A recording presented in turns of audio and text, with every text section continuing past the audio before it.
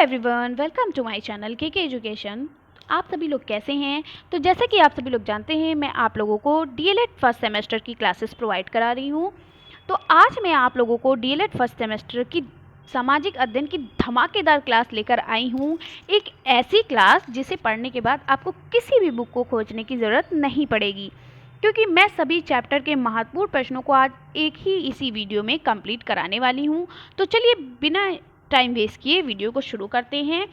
तो मैं आपको एक चीज़ और बता देती हूँ कि इस वीडियो में मैं आपके सामाजिक अध्ययन में टॉपिक वाइज महत्वपूर्ण प्रश्नों को लेकर आई हूँ, और हम सब मिलकर एक ऐसी स्मार्ट स्टडी करेंगे कि हमें 90 प्लस सोच लिया है कि हमें 90 प्लस नंबर लाने हैं। तो चलिए शुरू करते हैं वीडियो को। और वीडियो को एक चीज़ याद रखिएगा, वीडियो को बिना स्किप किए पूरा देखिएगा, क्योंकि सभी महत्वपूर्ण एक एक प्रश्न इसमें महत्वपूर्ण है। एक एक प्रश्न, कोई भी प्रश्न इसमें से आपका पेपर में आ सकता है, ठीक है। तो ये वीडियो को बिल्कुल भी स्किप मत करिएगा। क्या होता है स्किप करने से, क्या होता है, मान लो अगर कोई भी प्रश्न इंपॉर्टेंट है और आपका छूट गया वीडियो स्किप करने की वजह से, तो वो क्या होता है, आप पेपर में उसे नहीं कर पाएंगे। इसलिए एक भी मैं ये नहीं कहूँगी कि ये वाला पेपर क्वेश्चन इंपॉर्टेंट है, ये इंपॉर्टेंट है। हर एक क्वेश्चन इंपॉर्टेंट है, इसीलिए मैं बार बार कह रही हूँ वीडियो को बिना स्किप किए पूरा देखिएगा, ताकि आपको अच्छे से समझ में आ जाए, ठीक है। तो चलिए शुरू करते हैं वीडियो को। वीडियो को शुरू करने से पहले जो हमारे चैनल पर नए आए हैं वो चैनल को लाइक, सब्सक्राइब और शेयर कर लें, और बेल आइकन को प्रेस कर लें, ताकि आने वाली हर एक वीडियो आप तक पहुंच सके। तो चलिए शुरू करते हैं। पहला प्रश्न क्या है, इतिहास क्या है। तो इतिहास क्या होता है और इसका अर्थ स्पष्ट कीजिए। तो इतिहास क्या होता है, आपको पता है इतिहास जो होता है वो क्या करते हैं हम, जैसे कि जो बीते हुए समय होता है और उस समय के लोगों को समझने और उनको जानने का एक साधन होता है, ठीक है। और हम इनको इतिहास में हम लोगों के जीवन के विषय में उनकी जानकारी को कैसे जानते हैं, तो उनके द्वारा छोड़ी गई जो उनकी वस्तुएं हैं, या उनके खिलौने हैं, या उनके हथियार हैं, या उनके औजार हैं, या उनके बनाई गई इमारतें हैं, या उनकी बनाई गई मंदिरें हैं, तो इन सब के द्वारा हम उनके बारे में जानते हैं। तो चलिए देखते हैं इतिहास का क्या अर्थ है। तो हजारों वर्ष पहले के लोगों के बारे में जानना हो तो उसके बारे में जानने के लिए हम इतिहास का अध्ययन करते हैं। यानी हजारों वर्षों यानी प्राचीन काल के लोगों के बारे में अगर हमें जानना होता है तो उसके बारे में जानने के लिए हम किसका अध्ययन करते हैं, इतिहास का अध्ययन करते हैं। इतिहास अतीत से प्राप्त तथ्यों और साक्ष्यों के आधार पर बीते समय की जानकारी देते हैं। यानी जो पहले पुराने बीते हुए उनके छोड़े गए मिट्टी के बर्तन, खिलौने, हथियार, औजार या कई सारी वस्तुएं हैं और इमारतें हैं, मंदिर हैं, ठीक है, इन सब के द्वारा हम उनके रहन सहन, उनके रहने के तरीके, इन सभी को उन्हीं के बारे में जान सकते हैं। आगे बढ़ते हैं।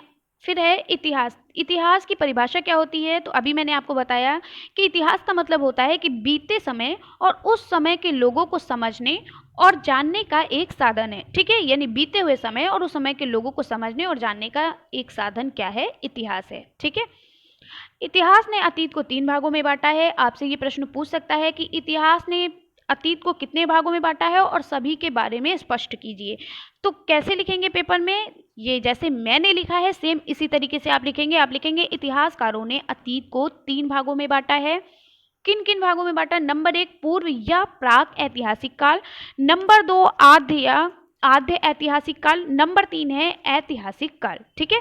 तो इतिहास को अतीत ने कितने भागों में बांटा है, 3 भागों में, पूर्व या प्राक ऐतिहासिक काल, आद्य ऐतिहासिक काल और ऐतिहासिक काल। तो चलिए अब इनके बारे में पढ़ते हैं कि पूर्व और आद्य और ऐतिहासिक काल क्या होता है। तो प्राक या पूर्व ऐतिहासिक काल किसे कहते हैं, वह समय जिसके लिए कोई भी लिखित सामग्री नहीं है, प्राक ऐतिहासिक काल कहते हैं।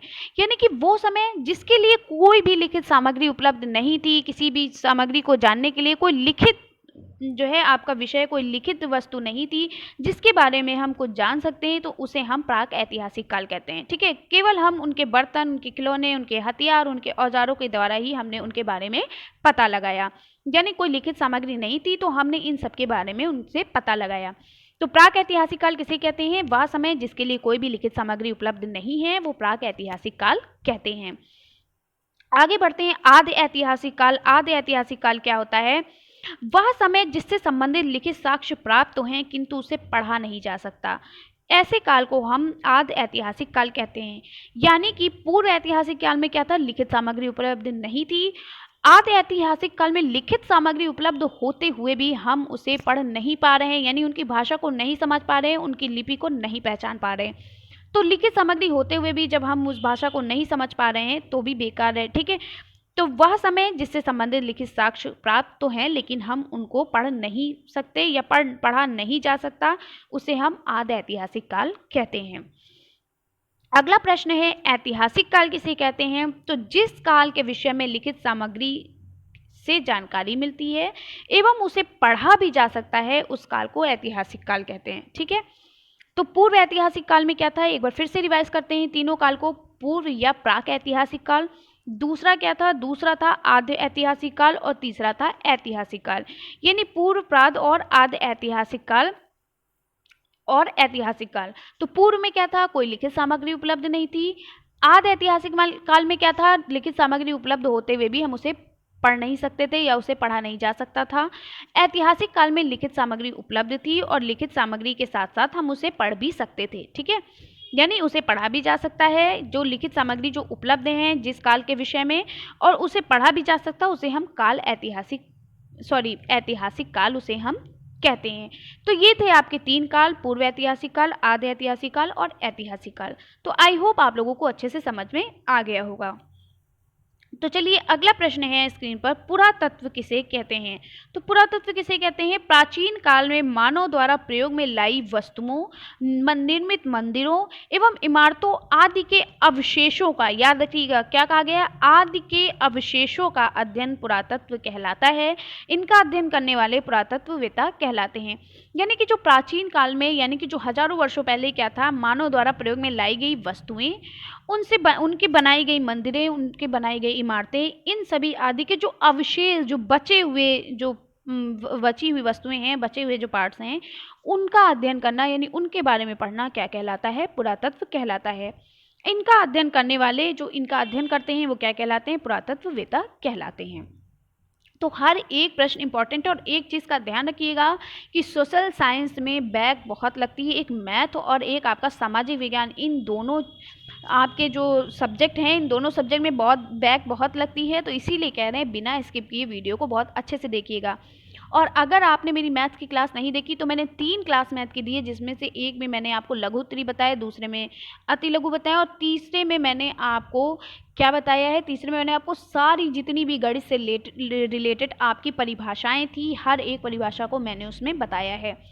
यानी अभाज्य संख्या किसे कहते हैं, भाज्य संख्या किसे कहते हैं, जो भी है सब बताया है। तो मैथ और सामाजिक विज्ञान एकदम जमकर पढ़ाई करिए। भले ही किसी चैप्टर को एक बार आप थोड़ा सा कम टाइम दें, लेकिन मैथ और सोशल साइंस तो आप अगर सही मायने से बताएं तो मैथ और सोशल साइंस को आप ज़्यादा पढ़िए। और आपके पास टाइम भी कम है तो आप ज़्यादा से ज़्यादा कोशिश करिए मैथ और सोशल साइंस। और देखिए मैं सोशल साइंस को कितना ईजी तरीके से, कितनी अच्छी डिफिनेशन के साथ लेकर आई हूँ। तो इस क्लास को बिल्कुल भी स्किप करके मत पढ़िएगा, वरना फिर पछताओगे बहुत। अब आगे बढ़ते हैं अगले प्रश्न पर। अगला प्रश्न है, इतिहास को जानने के स्रोत या साधन बताइए। तो इतिहास को जानने के स्रोत या साधन कितने हैं? 2 प्रकार के होते हैं। एक पुरातात्विक स्रोत होता है और दूसरा होता है साहित्यिक स्रोत। तो पुरातात्विक स्रोत में क्या होता है? पुरातात्विक स्रोत जैसे कि अभिलेख हैं, सिक्के हैं, मुहावरे हैं, धौलावीरा है, सारनाथ स्तूप, ये आपके पुरातात्विक तत्व हैं। तो अभिलेख, जैसे कि अभिलेख में क्या होता है, जैसे कि अशोक के जो रुमिनदेई अभिलेख कांश है, ठीक है, जो क्या होता है, जो लुम्बिनी से प्राप्त हुआ है हमें। और इस अभिलेख में अशोक ने ये घोषणा की थी कि लुम्बिनी में उपज का 8वां भाग करके रूप में लिया जाएगा। और अशोक के अभिलेख पत्थर पर उत्कीर्ण होने के कारण ये महत्वपूर्ण ऐतिहासिक स्रोत हैं, ठीक है। और ये अभिलेख में क्या है, जैसे कि ये अब ब्राह्मणी लिपि है, देवनागरी लिपि है, इन सब के बारे में इसमें बताया गया। अभिलेख में क्या बताया गया है? ब्राह्मणी लिपि और देवनागरी लिपि, इन 2 लिपि के बारे में अभिलेख में बताया गया है। कैसे अक्षर बनाएं, कैसे शब्द को शुरू करें, इन सब के बारे में इसमें बताया गया है। दूसरा है सिक्के। सिक्के और ये जो आपकी मोहरें हैं, इससे क्या होता है, इससे हमें ये पता चलता था कि जो तत्कालीन शासक का जो नाम था और उसके समय का पता चलता था, और सिक्के की जो बनावट से उस समय की कला कैसी थी, किस तरीके से ये लोग कला करते थे, और सिक्कों की धातु से जो आर्थिक स्थिति की जानकारी, ये सब हमें प्राप्त होती थी। यानी जो सिक्के जो होते थे, इनसे हमें किस तरीके से इनका देश जो है वो चल रहा था, किस तरीके से ये अपने शासन को चला रहे थे, इसके बारे में हम अच्छे तरीके से जान सकते हैं। जैसे जो गुप्त शासक कुमारगुप्त थे, कुमारगुप्त प्रथम जो थे, उनको जो है इस सिक्के पर घुड़सवारी करते हुए दिखाया गया था। तो इससे हमें पता चलता है कि पहले जो है घोड़े, इस समय के लोग घोड़ों पर बैठकर सवारी करते थे और वो अच्छे घुड़सवार थे, इससे हमें ये भी पता चलता है। इस प्रकार सिक्के जो है इतिहास लेखन में बहुत ही महत्वपूर्ण योगदान देते हैं। ठीक है, फिर अगला जो आपका है ये आपका धौलावीरा। तो धौलावीरा का मतलब क्या होता है, जैसे कि जो हड़प्पा सभ्यता थी उसका ये पूरा स्थल गुजरात में स्थित है। ठीक है, जो हड़प्पा सभ्यता का ये जो पूरा स्थल है ये गुजरात में स्थित है। यहाँ से हड़प्पा कालीन नगर निर्माण योजना और जल निकास प्रबंधन आदि के साक्ष्य प्राप्त हुए हैं। इसी से हमें धौलावीरा से पता चलता है। सारनाथ स्तूप क्या है, तो सारनाथ स्तूप में क्या होता है, जो सारनाथ जो हमारा उत्तर प्रदेश में स्थित है, इस स्तूप का जो निर्माण जो है वो मौर्य वंश के शासक अशोक ने कराया था और महात्मा बुद्ध में सबसे पहले सारनाथ में अपना उपदेश दिया था। इससे हमें ये जानकारी मिलती है। तो आपको इसके अंतर्गत नहीं लिखना है, सिर्फ इतना ही लिखना है कि पुरातात्विक स्रोत में क्या क्या आते हैं, अभिलेख, सिक्के एवं मोहरे और धौलावीरा सारनाथ स्तूप आता है। ठीक है, अब साहित्यिक स्रोत में क्या होता है, साहित्यिक स्रोत में जैसे कि आपका तड़पत्रों, भोजन पत्रों, धर्मपत्रों, चमड़े एवं लकड़ी के पत्तों पर लिखित लेखों के साथ साथ कुछ साहित्यिक ग्रंथों से भी हमें लोगों के रहन सहन, विचारों, खान पान इत्यादि के बारे में जानकारी प्राप्त होती है। ताड़पत्र क्या होते हैं, जैसे ताड़ के जो पेड़ होते हैं, पेड़ के जो चौड़े चौड़े पत्ते होते हैं वो होते हैं। भोजन पत्र यानी कि ये जो भोजन जो होता है, भोजन नामक पेड़ की एक छाल होती है, भूर्ज नामक एक पेड़ की छाल थी, उसको ये भोजन पत्र कहते हैं। उस भोजन पत्र पर ही ये, यानी उस पत्ते पर ही, ये एक प्रकार का पत्ता होता है, उस पत्ते पर ही ये भोजन करते थे। पहले आपने देखा होगा कि लोग पत्तों में भोजन खाते थे, पत्तों पर रखकर। ठीक है, अब तो प्लेट वगैरह चलती हैं। फिर ताम्रपत्र क्या होता है, ताम्रपत्र में जैसे कि जो तांबे के पतले और चपटे जो टुकड़े होते हैं उनको ताम्रपत्र कहते थे। ठीक है, और आपका जो बचा जैसे कि आपका क्या है, और चमड़ा तो आप जानते ही हैं, और लकड़ी के पत्तों पर लिखित लेखों के साथ साथ कुछ साहित्यिक ग्रंथों से भी हमें लोगों के रहन सहन के बारे में पता चला। अगला है विचारों, खान पान इत्यादि के बारे में जानकारी प्राप्त हुई, यानी किस तरीके से ये खाना खाते थे, किसमें खाते थे। ठीक है, और किन किन पेड़ों का इस्तेमाल करते थे, जैसे ताड़ का पेड़, भूर्ज नामक पेड़ जिसमें भोजन करते थे जिनके पत्तों पर। ठीक है, और इनके रहन सहन कैसे थे इन्होंने, और इनके विचार, इनके खान पान कैसे थे, इन सब के बारे में इसमें पता चलता है। ठीक है, आगे बढ़ते हैं। अगला प्रश्न है, इतिहास के जनक का नाम बताइए। ये आपके वेरी शॉर्ट यानी कि अति लघु उत्तरीय प्रश्न में भी आ सकता है 1 नंबर में, या आपके बहुविकल्पी में भी आ सकता है। तो इतिहास के जनक का क्या नाम था, इतिहास के जनक का नाम हेरोडोटस है। क्या नाम है, हेरोडोटस है। दुनिया के महानतम इतिहासकार सिसिरो ने हेरोडोटस तुर्की को पहली बार फादर ऑफ हिस्ट्री का उपाधि दिया था। ठीक है, आगे बढ़ते हैं। मानव में परिवर्तन किस प्रकार हुआ, यानी मानव में किस प्रकार बदलाव हुआ, किस तरह मानव ने परिवर्तन करना शुरू किया। तो मानव शास्त्रियों के अनुसार आज से लगभग 2 करोड़ वर्ष पूर्व मानव विकास की प्रक्रिया प्रारंभ हुई। ठीक है, ये आपका जो है, ये आपका अगला चैप्टर है, जो पाषाण काल चैप्टर है, उस चैप्टर से ये आपका प्रश्न है। ये अगला चैप्टर है आपका, शुरू हो रहा है। ठीक है, चैप्टर 2 जो आपका यानी यूनिट 2 है आपकी, जो पाषाण काल यानी आखेटक, संग्राहक और उत्पादक मानव, ये आपका चैप्टर का नाम है, उससे शुरू हुआ है। तो मानव में परिवर्तन किस प्रकार हुआ, तो चलिए जानते हैं कि मानव में किस तरीके से बदलाव हुआ, किस तरीके से परिवर्तन हुआ। तो जो मानव शास्त्रियों के अनुसार ये बताया जाता है कि आज से लगभग 2 करोड़ वर्ष पहले मानव विकास की प्रक्रिया प्रारंभ हुई थी, यानी आज से लगभग 2 करोड़ वर्ष पहले से मानव डेवलपमेंट की जो प्रोसेस है वो शुरू हो गई थी। ठीक है, फिर कहा गया है इस समय उसके कुछ महत्वपूर्ण शारीरिक परिवर्तन हुए, यानी धीरे धीरे उसके शरीर में बदलाव आते गए। पहले देखिए मानव कैसे दिखता था, पहले मानव आदि मानव की तरह दिखता था। ठीक है, तो देखिए क्या हुआ, मानव शास्त्रियों के अनुसार आज से लगभग 2 करोड़ वर्ष पूर्व मानव विकास की प्रक्रिया शुरू हुई या प्रारंभ हुई। इस समय उसमें कुछ महत्वपूर्ण शारीरिक परिवर्तन हुए, यानी कुछ बहुत इंपॉर्टेंट शारीरिक परिवर्तन यानी शरीर में बदलाव आए। जैसे कि दोनों पैरों पर खड़े होकर सीधे चलना। पहले क्या करते थे, पहले ये जैसे कि जानवर चलते हैं, दोनों पैर और हाथ दोनों से चलते थे, दोनों के सहारे से चलते थे। अब क्या होता है, दोनों पैरों पर खड़े होकर आप चलते हो। देखो हम लोग दोनों पैरों पर खड़े होकर चलना सीख गए, यानी धीरे धीरे इन्होंने दोनों पैरों पर खड़े होकर चलना सीखा। अंगूठे के कारण वस्तुओं को पकड़ने की क्षमता का विकास इनके अंदर हुआ। पहले ये अंगूठे के द्वारा वस्तुओं को पकड़ नहीं पाते थे, अब ये अंगूठे के कारण वस्तुओं को पकड़ने की क्षमता इनके अंदर विकसित हो गई, जिससे महत्वपूर्ण कार्यों को ये कर लेते हैं। अगला है मस्तिष्क के आकार एवं क्षमता में विकास हुआ, यानी अगर मस्तिष्क में डेवलपमेंट हुआ तो इनको खोजने की, देखिए क्या क्या बड़े बड़े वैज्ञानिक बने, ठीक है, बड़े बड़े कई सारे, जैसे कंप्यूटर बनाया सबने, ठीक है, चार्ल्स बेबेज ने, इस तरीके से कई सारे आविष्कार हुए, तो मानव का मस्तिष्क बढ़ा तो उसका डेवलपमेंट भी बढ़ा, उसके सोचने की क्षमता भी बढ़ी, ठीक है, इस तरीके से मानव के मस्तिष्क के विकास और आकार में परिवर्तन हुआ। मनुष्य में लंबाई चौड़ाई ऊंचाई को देखने की क्षमता का होना, यानी मनुष्य में लंबाई चौड़ाई और ऊंचाई की क्षमता भी देखने को मिली, ठीक है। पहले मनुष्य क्या होता था, झुककर चलता था, फिर धीरे धीरे थोड़ा सा उठा, फिर थोड़ा उठा, फिर क्या हुआ, एकदम सीधे चलने लगा। तो ये थी मानव में परिवर्तन। तो मानव के शारीरिक विकास की यह प्रक्रिया देखिए, जैसे कि ये पहले मनुष्य देखिए झुक कर चलता था, फिर थोड़ा उठा, फिर थोड़ा उठा, फिर ऐसे उठते उठते एकदम सीधा चलने लगा, ठीक है, ये मानव की प्रक्रिया है। आगे बढ़ते हैं। मानव के शारीरिक विकास की यह प्रक्रिया चलती रही और तथा इसे उसमें धीरे धीरे विकास होता गया, यानी धीरे धीरे ये प्रक्रिया चलती गई और धीरे धीरे उसमें विकास होता गया। इस महत्वपूर्ण बदलाव के कारण मानव अपने आसपास के पर्यावरण और एवं वातावरण के साथ सामंजस्य करने लगा, यानी धीरे धीरे वो अपने पर्यावरण और अपने वातावरण के साथ रहना सीख गया। अब उसने हाथ एवं मस्तिष्क का अधिक प्रयोग करना सीख लिया। आपने हाथ और मस्तिष्क का प्रयोग करना सीख लिया है ना, तो इसी तरीके से इसी मानव ने भी हाथ और मस्तिष्क का प्रयोग करना धीरे धीरे सीख लिया और अपनी ज़रूरतों के लिए पत्थर के औजार का निर्माण करने लगा। इन्हीं पत्थरों के निर्माण से हमें अनेक उनके होने का पता चलता है, यानी जब पत्थरों का निर्माण हुआ, इन्हीं पत्थरों से हमें उनके होने का पता चलता है, क्योंकि मनुष्य ने ही आग की खोज की थी, ठीक है, किसने की थी, मनुष्य ने ही आग की खोज की, ठीक है।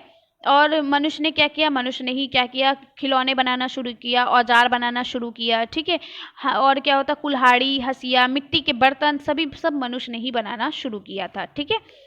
आगे बढ़ते हैं अगले प्रश्न पर। पाषाण काल किसे कहते हैं, इन्हें कितने भागों में बांटा गया है। तो पाषाण काल किसे कहते हैं, चलिए जल्दी से पढ़ते हैं। देखिए पाषाण काल, पाषाण का मतलब होता है पत्थर और काल का मतलब होता है समय, यानी पत्थर का समय, ठीक है। पाषाण काल का अर्थ क्या हुआ, पत्थर का समय, ठीक है। तो पाषाण का अर्थ होता है पत्थर और काल का अर्थ होता है समय, ठीक है। तो मानव ने अपनी रक्षा और अपनी भूख मिटाने के लिए सबसे पहले क्या किया, सबसे पहले पत्थर के औजार का ही सबसे अधिक प्रयोग किया है, इसलिए इस युग को पाषाण काल कहते हैं। आपको जैसे मैंने बताया, पाषाण मतलब पत्थर और काल मतलब समय, यानी पत्थरों का समय। तो मनुष्य ने अपनी रक्षा के लिए, अपनी भूख मिटाने के लिए सबसे पहले किसका प्रयोग किया, पत्थर के औजारों का प्रयोग किया, ठीक है। इसलिए इस युग को हम पाषाण काल कहते हैं। आगे बढ़ते हैं। पाषाण युग को 3 भागों में बांटा गया है, पुरा पाषाण काल, मध्य पाषाण काल और नव पाषाण काल। तो चलिए एक एक पाषाण काल के बारे में जानते हैं। तो पुरा पाषाण काल किसे कहते हैं, इस युग में मानव झुंड बनाकर ही शिकार करते थे, जिसे वह आपस में बांट कर खाते थे। मानव यह समझ चुका था कि वह तभी जीवित रह सकता है जब वह दूसरों के साथ मिलकर चले, यानी कि ये बताया गया है कि इस युग में क्या हुआ, पूरा पाषाण काल में क्या हुआ, मानव जो है वो झुंड बनाकर रहने लगा, यानी एक समूह में रहने लगा और समूह में शिकार करना उसने शुरू कर दिया। और जब वो शिकार करके आते थे तो वो समूह में बैठकर, एक साथ बैठकर सभी खाना खाते थे, ठीक है। क्योंकि मानो ये समझ चुका था कि वह तभी जीवित रह सकता है जब वो एक दूसरे के साथ मिलजुल कर रहेगा।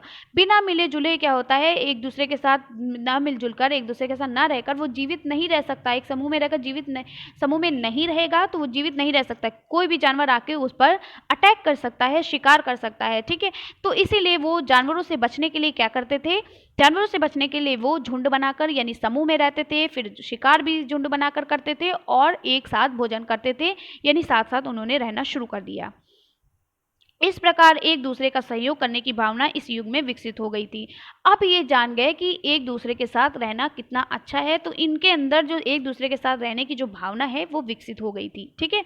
इस काल को आकेटक काल के नाम से भी जाना जाता है, यानी जो हमारा पूरा पाषाण काल है इसे हम आकेटक काल के नाम से भी जानते हैं। आग की खोज जो है वो पूरा पाषाण काल के युग में ही हुई थी, ठीक है, ठीक है। आग की खोज किस में हुई थी, पूरा पाषाण काल युग में हुई थी। कैसे हुई थी ये मैं आपको बता देती हूँ, आप इसको नोट कर लीजिएगा, क्योंकि मैं इसमें नोट करना थोड़ा भूल गई थी। तो आग की खोज कैसे हुई थी, देखिए ये देखिए पत्थर बनाना इन्होंने शुरू किया था, ठीक है। पूरा पाषाणकालीन ये पत्थर हैं, ये याद रखिएगा, ये पूरा पाषाणकालीन पत्थर हैं। इनके पत्थर कैसे होते थे, इनके जो पत्थर होते थे, ये मानव के पास ना ही जंगली जानवर थे ना कुछ थे, तो ये क्या करते थे, ये पैने नाखून थे इनके, इनके पैने पैने नाखून होते थे, ठीक है, नहीं नुकीले नाखून होते थे। तो सॉरी पैने नाखून थे और इनके क्या होते, ना ही नुकीले दांत थे, ठीक है। इनके पहने नाखून थे, न नुकीले दांत थे, न जबड़े थे, न ही सींग थी। ठीक है, तो ये क्या करते थे, उसकी बड़ी समस्या अपने से ज़्यादा ताकतवर जंगली जानवरों से रक्षा करने व उनका शिकार करने की थी। ठीक है, क्योंकि बहुत सारे जानवर थे तो ये जानवरों को कैसे मारते, तो इसके लिए इन्होंने क्या किया, इन्होंने पत्थर बनाना शुरू किया। ठीक है, इनके पत्थर के औजारों का निर्माण किया और उस पत्थर से आसानी से इन्होंने क्या किया, अपने आप को सुरक्षा की। तो इसीलिए इनको मानव को आखेटक काल की अवस्था कहा गया। तो इन्होंने किस प्रकार के पत्थर बनाए, इन्होंने जो पत्थर के जो औजार बनाए थे वो आकृति में सुडौल नहीं थे, ये बेडौल और भौड़ी आकृति वाले थे। देखिए जैसे ये है। ठीक है, अब इन्होंने आग की खोज कैसे की, तो औजार बनाने के लिए वे एक पत्थर से दूसरे पत्थर पे ये चोट मारते थे, यानी एक पत्थर को दूसरे पत्थर पर रगड़ते थे, यानी उस पर मारते थे। तो एक पत्थर से दूसरे पत्थर से टकराने पर क्या होता था, चिंगारी निकलती थी।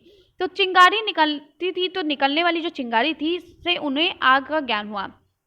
ये जो चिंगारी निकली तो इससे इनको पता चला कि इस चिंगारी से हम आग भी लगा सकते हैं। ठीक है, तो इस तरीके से इनको आग का भी ज्ञान हुआ। इन्होंने समूह में रहना सीख लिया, इन्होंने पत्थर बनाना सीख लिया, पत्थर के औजार बनाना सीखा और आग की खोज भी पुरापाषाण काल में ही हुई थी।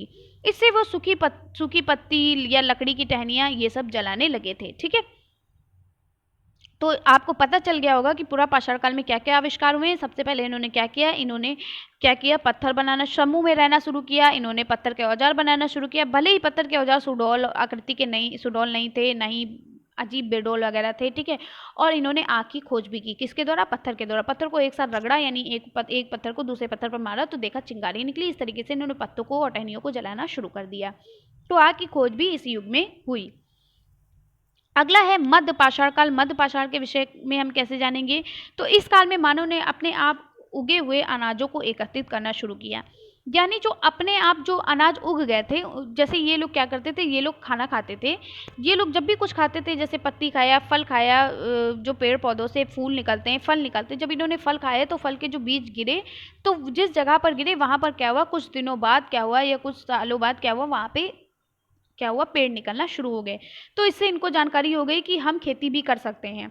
तो इस काल में मानव ने अपने आप उगे हुए अनाजों को इकट्ठा करना शुरू कर दिया। और अनाज के कुछ दाने गीली मिट्टी में अथवा इधर उधर गिरे होंगे, इस स्थानों पर फिर वही अनाज उगे।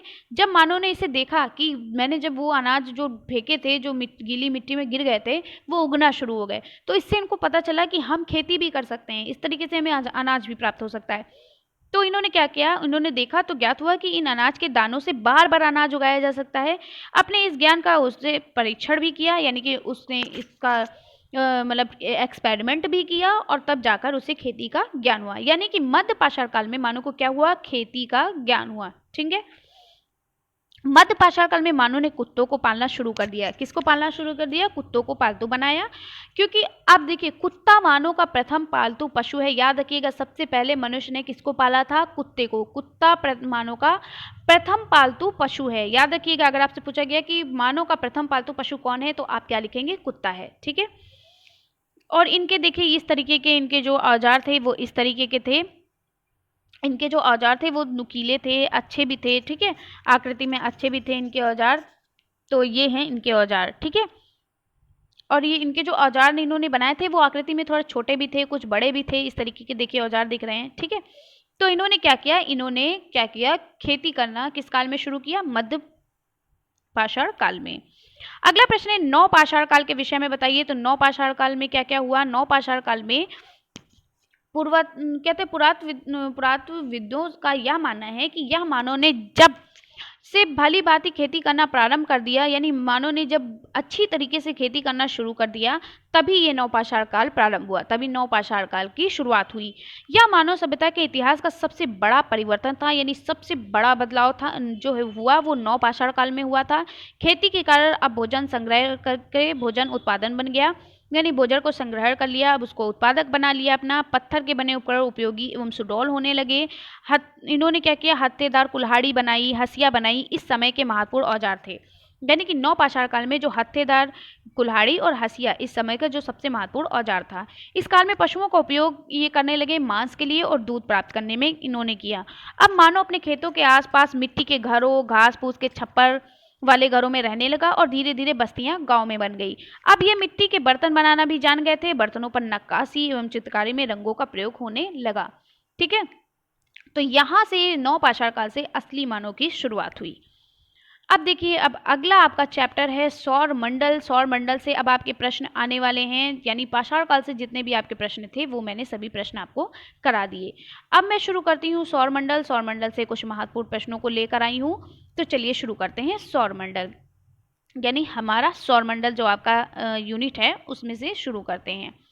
तो चलिए देखते हैं सौर मंडल किसे कहते हैं। तो आपको पता है सूर्य, उनके 8 ग्रह और इन ग्रहों के जो उपग्रह होते हैं तथा कुछ अन्य खगोलीय पिंड जैसे क्षुद्र ग्रह, यहाँ शुद्र नहीं होगा, क्षुद्र होगा, छा लिखा होगा, ठीक है। क्या लिखा होगा? क्षुद्र, इस तरीके से लिखिएगा, ठीक है, और क्षुद्र, ठीक है। क्षुद्र ग्रह, पुच्छल तारा एवं उल्का पिंड मिलकर सौर मंडल का निर्माण करते हैं, ठीक है। क्या होता है ये, इसे हम सौर परिवार भी कहते हैं। तो सौर मंडल किसे कहते हैं? सूर्य, 8 ग्रह और इन ग्रहों के उपग्रह और कुछ खगोलीय पिंड जैसे क्षुद्र ग्रह, पुच्छल तारा एवं उल्का पिंड मिलकर सौर मंडल का निर्माण करते हैं या सौर मंडल को मिलकर बनाते हैं। इसे हम सौर परिवार भी कहते हैं। सूर्य तथा उसके चारों ओर चक्कर लगाने वाले समस्त खगोलीय पिंडों को सौर मंडल या सौर परिवार कहते हैं। तो सौर मंडल की परिभाषा क्या है कि सूर्य तथा उसके चारों ओर चक्कर लगाने वाले समस्त खगोलीय पिंडों को सौर मंडल या सौर परिवार कहते हैं। तो ये दोनों आपको लिखना होगा। आगे बढ़ते हैं, ग्रह किसे कहते हैं? अभी आपने पढ़ा सौर मंडल किसे कहते हैं, फिर हमने कहा इनके जो परिवार में ग्रह भी आते हैं। तो ग्रह कौन होते हैं? तो जो आकाशीय पिंड अपने तारों के चारों ओर निर्धारित कक्षा में चक्कर लगाते हैं, यानी ग्रह जो होते हैं इनका अपना प्रकाश और इनकी अपनी ऊष्मा नहीं होती है, ठीक है। इनमें ना स्वयं का प्रकाश होता है और ना ही इनमें स्वयं की ऊष्मा होती। ये क्या करते हैं? ये सूर्य के प्रकाश से प्रकाशित होते हैं, ठीक है।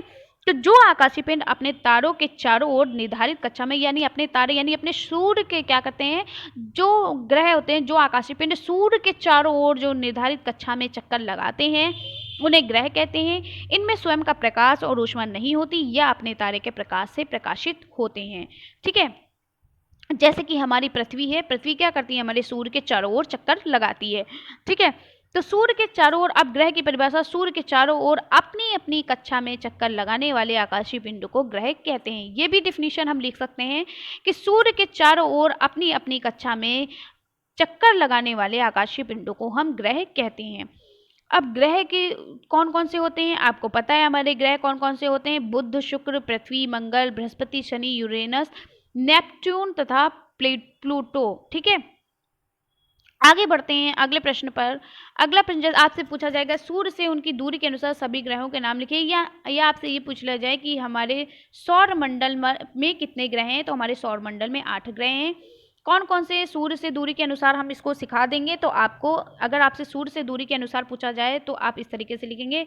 सबसे पहले आपका बुध आता है, दूसरे नंबर पर शुक्र आता है, तीसरे नंबर पर पृथ्वी आती है, चौथे नंबर पर मंगल आता है, पांचवें नंबर पर बृहस्पति आती है, छठे नंबर पर शनि आता है, 7 पर यूरेनस आता है और 8वें पर नेपच्यून आता है, ठीक है। आगे बढ़ते हैं अगले प्रश्न पर। क्षुद्र ग्रह किसे कहते हैं? ठीक है, तो क्षुद्र ग्रह किसे कहते हैं? मंगल एवं बृहस्पति की कक्षाओं के बीच असंख्य छोटे छोटे पिंड पाए जाते हैं। ये भी सूर्य के परिक्रमा करते हैं, लेकिन ये कहाँ पाए जाते हैं? मान लो ये मंगल है, ठीक है। ये मंगल और पृथ्वी के जो बीच में जो आपके जो छोटे छोटे आकाशीय पिंड या असंख्य छोटे छोटे, यानी जिनकी कोई संख्या नहीं थी, असंख्य छोटे छोटे जो पिंड पाए जाते हैं, और ये भी सूर्य के चारों ओर चक्कर लगाते हैं, ठीक है। ये भी क्या करते हैं? सूर्य के चारों ओर चक्कर लगाते हैं। इन्हें हम क्षुद्र ग्रह कहते हैं। ये भी सूर्य की परिक्रमा करते हैं। अगला प्रश्न है उल्का पिंड किसे कहते हैं? तो उल्का पिंड क्या होता है? धूल व गैसों से निर्मित छोटे छोटे पिंड अंतरिक्ष में घूमते रहते हैं। जब ये पिंड घूमते घूमते पृथ्वी के वायुमंडल में प्रवेश कर जाते हैं, यानी जो हमारी पृथ्वी की जो वायुमंडल है उसमें जब ये आ जाते हैं, तो ये क्या करते हैं? ये घर्षण के कारण ये जलने लगते हैं। क्या होता है? जो धूल और गैसों से बने जो छोटे छोटे पिंड जो होते हैं वो अंतरिक्ष में घूमते रहते हैं, और जब ये पिंड हमारी पृथ्वी के वायुमंडल में आ जाते हैं, प्रवेश कर जाते हैं, तो ये क्या करते हैं? ये रगड़ के कारण ये क्या होते हैं? जलने लगते हैं। जलने के कारण जब ये तेजी से ये पृथ्वी की ओर बढ़ते हैं, तो इससे ही टूटता हुआ तारा कहते हैं। आप देखते हैं कि टूटता, कहते नहीं, देखो टूटता हुआ तारा जा रहा है, लंबा सा देखते हैं। इस तरीके से आप जब देखते हैं, ये ऐसे लगता है कि टूटता हुआ तारा है, ठीक है। तो इस तरीके से ये क्या करते हैं? जब पृथ्वी की वायुमंडल पर आते हैं तो ये घर्षण या क्या होता है, रगड़ने के कारण ये जलने लगते हैं और तेजी से ये क्या करते हैं, तेजी से ये पृथ्वी की ओर बढ़ते हैं। इसे ही टूटता हुआ तारा कहते हैं। प्रायः ये छोटे छोटे पिंड वायु में ही जलकर नष्ट हो जाते हैं, जिन्हें उल्काश्म कहते हैं।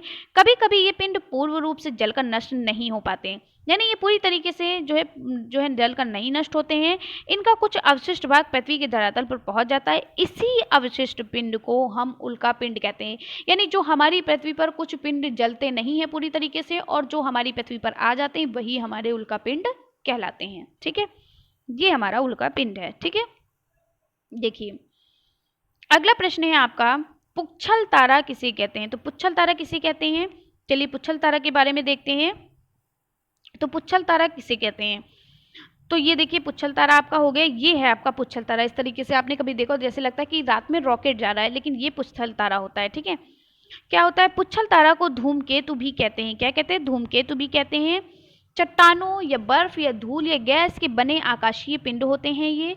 अक्सर ये आकाशीय पिंड अपनी कक्षा में घूमते हुए सूर्य के पास आ जाते हैं और सूर्य के जब ताप के कारण, आपको पता है सूर्य में बहुत ज़्यादा ताप होता है, तो इस ताप के कारण इनकी गैसें जो होती हैं वो बर्फ और वाष्प में बदल जाती हैं। गैसें और बर्फ जो होते हैं वो क्या होते हैं, वाष्प में बदल जाते हैं। यही वाष्प मुख्य पिंड से लंबी सी चमकीली पूंछ के रूप में बाहर निकल जाती है। गुरुत्वाकर्षण के कारण इस तारे का सिर, सूर्य तथा पूंछ हमेशा ही बाहर की तरफ होती है, जो हमें दिखती या चमकती हुई दिखाई देती है। इस तरीके से ये बाहरी हिस्सा है जो हमें चमकता हुआ दिखाई देता है, यही हमारा क्या है, पुच्छल तारा है। आगे बढ़ते हैं अगले प्रश्न पर। अगला प्रश्न है, उपग्रह किसे कहते हैं। तो हमने ग्रह के बारे में पढ़ लिया, क्षुद्र ग्रह और उल्का पिंड के बारे में पढ़ लिया और सौर मंडल के बारे में पढ़ लिया। अब हम पढ़ने जा रहे हैं कि उपग्रह किसे कहते हैं। तो जो ग्रह के चारों ओर चक्कर लगाने वाले आकाशीय पिंड को उपग्रह कहते हैं। यानी जो ग्रह के चारों ओर चक्कर लगाते हैं, ग्रह क्या होते हैं, सूर्य के चारों ओर चक्कर लगाते हैं। उपग्रह क्या होते हैं, ग्रह के चारों ओर चक्कर लगाते हैं। तो समझ में आ गया आपको। तो जो ग्रह के चारों ओर चक्कर लगाने वाले आकाशीय पिंड होते हैं उन्हें हम उपग्रह कहते हैं। अगला प्रश्न है, उपग्रह कितने प्रकार के होते हैं। तो उपग्रह आपके दो प्रकार के होते हैं, एक प्राकृतिक उपग्रह होता है और एक आपका कृत्रिम उपग्रह होता है। प्राकृतिक उपग्रह किसे कहते हैं, यानी व्हाट इज नेचुरल सैटेलाइट। तो प्राकृतिक उपग्रह किसे कहते हैं, ग्रह के चारों ओर चक्कर लगाने वाले प्राकृतिक आकाशीय पिंडों को हम प्राकृतिक उपग्रह कहते हैं। क्या होता है, ग्रह के चारों ओर चक्कर लगाने वाले प्राकृतिक आकाशीय पिंडों को हम प्राकृतिक उपग्रह कहते हैं। और आपका जो कृत्रिम उपग्रह क्या होता है, जो ग्रह के चारों ओर चक्कर लगाने वाले क्या होते हैं, कृत्रिम आकाशीय पिंडों को हम कृत्रिम उपग्रह कहते हैं। इस तरीके से लिखेंगे। तो आपके ग्रह के चारों ओर चक्कर लगाने वाले जो प्राकृतिक आकाशीय पिंड हैं वो कौन है, जैसे आपका चंद्रमा है, यानी चांद आपका क्या होता है, चंद्रमा पृथ्वी के सूर्य के चारों ओर चक्कर लगाता है। चंद्रमा जैसे आपका है वो क्या होता है, पृथ्वी का उपग्रह है, यानी चंद्रमा जो आपका होता है वो पृथ्वी के चारों ओर चक्कर लगाता है। पृथ्वी आपका ग्रह है जो आपके सूर्य के चारों ओर चक्कर लगाती है और चंद्रमा आपका उपग्रह है जो आपकी पृथ्वी के चारों ओर चक्कर लगाता है। ठीक है, चंद्रमा की पृथ्वी के परिवृत्ताकार कक्षा होती है। इसका परिक्रमण काल, यानी कि ये अपना जो एक चक्कर है वो कितने दिन में पूरा करता है, 27.3 दिन में पूरा करता है। ठीक है, अगला प्रश्न है, कृत्रिम उपग्रह किसे कहते हैं। तो मानव द्वारा निर्मित वे पिंड जो पृथ्वी या किसी ग्रह के चारों ओर नियत कक्षा में परिक्रमा करते हैं या नियत कक्षा में क्या करते हैं, चारों ओर चक्कर लगाते हैं, उन्हें हम कृत्रिम उपग्रह कहते हैं। जैसे विभिन्न प्रकार के सैटेलाइट अंतरिक्ष में भेजे जाते हैं और ये सैटेलाइट जो होते हैं पृथ्वी के चारों ओर चक्कर लगाते रहते हैं और विभिन्न प्रकार की जानकारी हमें देते रहते हैं या प्रदान करते रहते हैं। अगला प्रश्न, जैसे आपका प्रश्न आ जाए, देखिए ये प्रश्न आपको किसी ने नहीं बताया है, ये मैं बता रही हूँ। ये ना ही आपकी राजन सीरीज में है, ना ही पवन सीरीज में है, ना और SCRT में होगा शायद। हाँ, SCRT में है ये। ठीक है, केवल ये आपके SCRT में है, ना राजन सीरीज में ना पवन सीरीज में। इसलिए ये अगर ये आ जाए तो आप आराम से कर सकते हैं। इसीलिए कह रहे हैं वीडियो को स्किप बिल्कुल भी मत करिएगा, वीडियो को पूरा देखिएगा, क्योंकि हर एक प्रश्न में चैप्टर वाइज लेकर आई हूँ सभी इंपॉर्टेंट प्रश्नों को, तो वीडियो को स्किप मत करिएगा। ये प्रश्न आपका ना ही राजन सीरीज में है ना ही पवन सीरीज में है। और ज़्यादातर हमारे DLED के प्रशिक्षु हैं वो राजन सीरीज और पवन सीरीज को खरीदते हैं, DLED की बुक्स को नहीं खरीदते हैं और ना ही SCRT बुक से पढ़ते हैं। वो क्या करते हैं, वो राजन सीरीज और पवन सीरीज से पढ़ते हैं। इसलिए मैं बता रही हूँ कि उस दोनों में ये प्रश्न नहीं है। तो चलिए पढ़ते हैं। हम हमेशा चंद्रमा के एक ही भाग को क्यों देख पाते हैं। ऐसा क्यों है, चलिए इसके बारे में जानते हैं। चंद्रमा पृथ्वी का एक प्राकृतिक उपग्रह है। चंद्रमा पृथ्वी का एक चक्कर लगभग 27 दिन में पूरा करता है, 27.3 दिन में पूरा करता है, ठीक है। लगभग इतने ही समय में यह अपने अक्ष पर एक चक्कर भी पूरा करता है। इसके परिणाम स्वरूप पृथ्वी से हमें चंद्रमा का केवल एक ही भाग दिखाई देता है। यही कारण है कि क्या होता है, जब जो है चंद्रमा जो होता है, जो पृथ्वी का एक प्राकृतिक उपग्रह है, ये तो आपको पता ही है। और पृथ्वी जो चंद्रमा जो होता है वो पृथ्वी के चारों ओर जो चक्कर लगाता है, एक चक्कर लगाने में इसको 27.3 दिन लगते हैं। लगभग इतने ही समय में ये अपने अक्ष पर एक चक्कर भी पूरा करता है। तो इसके परिणाम स्वरूप पृथ्वी से हमें चंद्रमा का केवल एक ही भाग दिखाई देता है। अगला प्रश्न है, ज्वार भाटा किसे कहते हैं। देखिए हर एक इंपॉर्टेंट प्रश्न लेकर आई हूँ। ज्वार भाटा किसे कहते हैं, बहुत ही अच्छा प्रश्न है। चंद्रमा और सूर्य की आकर्षण शक्तियों के कारण जो सागरीय जल होते हैं, यानी जो सागर का पानी होता है, उसके ऊपर उठने और नीचे गिरने की जो प्रक्रिया होती है उसे हम ज्वार भाटा कहते हैं। अगर सागरीय जल के अगर आपका ऊपर उठता है तो उसे हम ज्वार कहते हैं, यानी टाइड कहते हैं। और अगर आपका सागरीय जल जैसे नीचे गिरता है या नीचे गिरकर पीछे लौटने लगता है तो उस सागर की ओर उसे हम भाटा कहते हैं, यानी एब कहते हैं। यानी कि चंद्रमा और सूर्य की आकर्षण शक्तियों के कारण सागरीय जल के ऊपर उठने और नीचे गिरने की प्रक्रिया को हम ज्वार भाटा कहते हैं। सागरीय जल के ऊपर उठने को हम ज्वार और सागरीय जल के नीचे गिरने को हम भाटा कहते हैं, ठीक है। अगला प्रश्न है, आकाशगंगा या मंदाकिनी या गैलेक्सी किसे कहते हैं। तो ये है आपकी आकाशगंगा, पिक में देख लीजिए, ये आपकी आकाशगंगा है। तो हम किसे कहते हैं, मंदाकिनी या गैलेक्सी। ये एक असंख्य तारों का समूह होता है, यानी अनगिनत तारों का ये एक समूह होता है। ऐसे तारे जिन्हें हम गिन नहीं सकते, ये असंख्य तारों का समूह होता है जो स्वच्छ यानी साफ और अंधेरी रात में आकाश के बीच से जाते हुए अर्धचक्र के रूप में और झिमझिमाती सी मेखला के समान दिखाई पड़ता है। यह मेखला वस्तुतः एक पूर्ण चक्र का अंग है जिसका क्षितिज के नीचे का भाग नहीं दिखाई पड़ता है। भारत में इसको किसके नाम से जाना जाता है, तो भारत में इसे मंदाकिनी, स्वर्णगंगा, ठीक है, या स्वर्णगंगा के नाम से, स्वर्ण नदी के नाम से, सुंदर नदी के नाम से, आकाश नदी या आकाश गंगा, देव नदी, नागविथी, हरिताली आदि के नाम से भी इसे हम जानते हैं। तो कैसी लगी वीडियो कमेंट्स बॉक्स में ज़रूर बताइएगा। और हाँ, इसमें अभी बहुत से प्रश्न बाकी रह गए हैं तो उन्हें हम सेकेंड वीडियो में लाएंगे। आप बोर ना हो जाएं इसलिए मैंने इतने ही प्रश्न इसमें रखे हैं। और अब जो बचे प्रश्न हैं वो सेकेंड वीडियो में लाएंगे। उस वीडियो को भी बिल्कुल भी स्किप मत करिएगा। कल मैं सेकेंड वीडियो आपको प्रोवाइड कराऊंगी। बिल्कुल भी वीडियो को स्किप मत करिएगा क्योंकि एक एक प्रश्न आपने खुद ही देखा होगा, एक एक प्रश्न आपके इम्पॉर्टेंट हैं और सभी प्रश्नों को इकट्ठा मैं एक ही जगह पर ले आई हूँ। तो आप वीडियो को बिल्कुल भी स्किप मत करिएगा, सेकेंड वीडियो को भी नहीं और फर्स्ट वीडियो को भी पूरा देखिएगा। तो thanks for watching my video और मिलते हैं नेक्स्ट वीडियो में। तब तक के लिए बाय बाय, टेक केयर।